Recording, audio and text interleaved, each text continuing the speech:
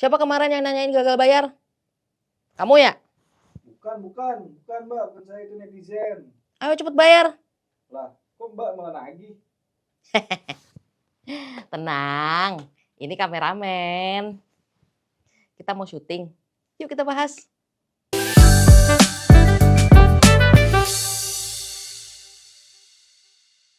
Jadi, aku mau sharing nih cerita dari teman sekaligus narasumber kita.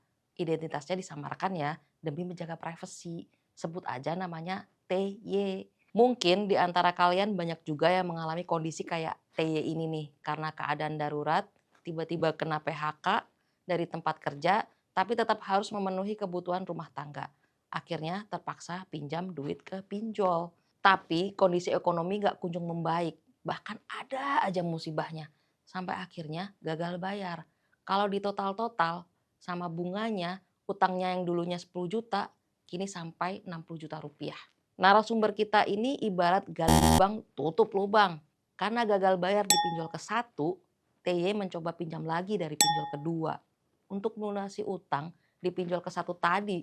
Lama-lama ada pinjol ketiga dan keempat. Ya untuk saling menutupi bunga utang yang dia pinjam dari pinjol-pinjol sebelumnya. TY ini pinjam dari fintech resmi yang diawasi oleh OJK alias pinjol legal. Meskipun awalnya pinjam karena kebutuhan darurat, dia ngakuin kalau perilakunya itu lama-lama jadi kebiasaan. Duit kurang dikit buat beli kebutuhan, pakai pinjol. Pertama itu yang pasti gara-gara apa ya, belanja sih, belanja kebutuhan. Terus ada tawaran nih kan, terus makin menggiurkan, naik limit dan segala macam, sampai akhirnya kelewat batasnya tuh kayak ada proyekan yang belum dibayar, misalkan kan kayak itu proyekan terus belum dibayar. Itu tapi udah mikirin kayak, ah yaudah gue pinjam dulu deh, nanti kan bayar gue bisa ganti juga karena mikirnya kebutuhan, apalagi pas waktu itu COVID ya. COVID, banyak banget proyekan mati, kemudian kebutuhan meningkat, sandang pangan lumayan banyak yang naik, dan itu harus apa ya, gali lubang tutup lubang. Kalau eh,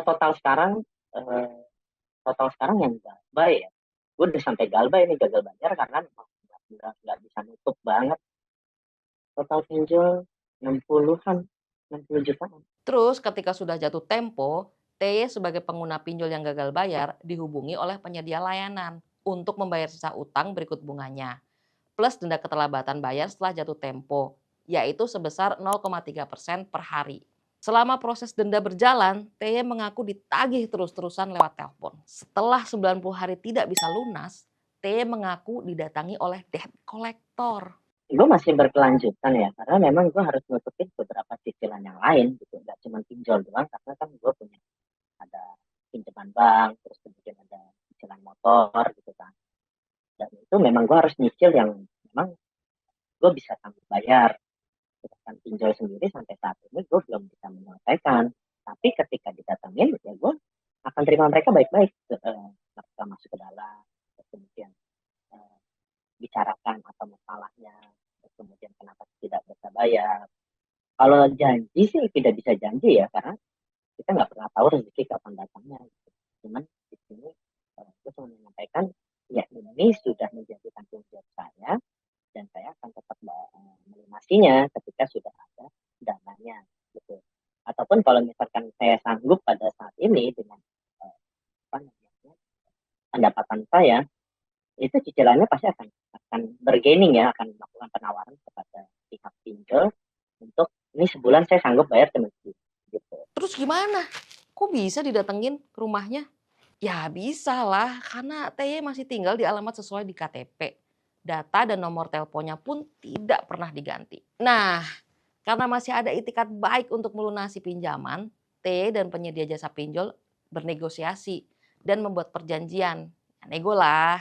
Menurut pengakuannya, TY membuat kesepakatan dan disetujui oleh penyedia jasa pinjol legal untuk membayar utang, bunga, serta denda secara bertahap sesuai kemampuan finansialnya. Dengan catatan, identitas, alamat, nomor HP masih sesuai dengan data ketika ia mendaftar pinjaman online. Para pengguna, udah nih capek nih maksudnya malah yang ada emosi lewat telepon karena ketika dibicarakan dia nggak mau matiin telepon, memang itu bentuk targetnya mereka bahwa si customer ini harus melunasi. Lebih baik ya udah datang aja deh ke rumah, ketemu aja deh secara offline dibanding online.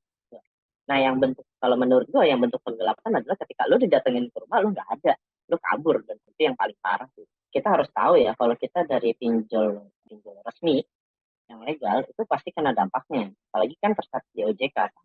Itu udah pasti pengaruh ke semuanya, apalagi permasalahan finansial ya. Tuh. Kayak misalkan lu mau KPR ya nggak bakal bisa.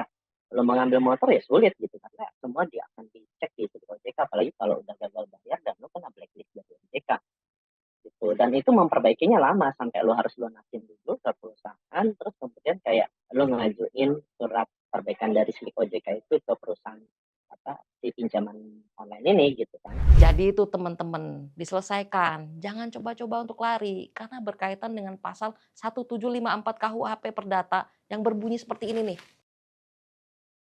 Tapi tetap ada konsekuensi setelah gagal bayar. Dia ngaku kalau dia tidak bisa mengambil cicilan lain, misalnya kendaraan, karena namanya sudah tercatat dalam BI checking dan dianggap one prestasi. Satu-satunya cara menghindari risiko perkaranya adalah komitmen buat bayar cicilan secara rutin. Pertama, save budget khusus untuk bayar utang. Sisihin aja 30% dari total pendapatan kalian khusus untuk bayar cicilan. Kedua, ngirit.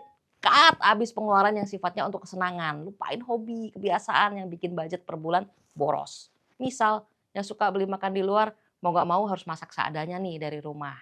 Ketiga, kalau masih kurang juga untuk lunasi utang, cari pekerjaan sampingan. Entah itu kerja freelance di weekend, atau usaha jualan makanan, pakai sistem pre-order. Kan tanpa modal tuh.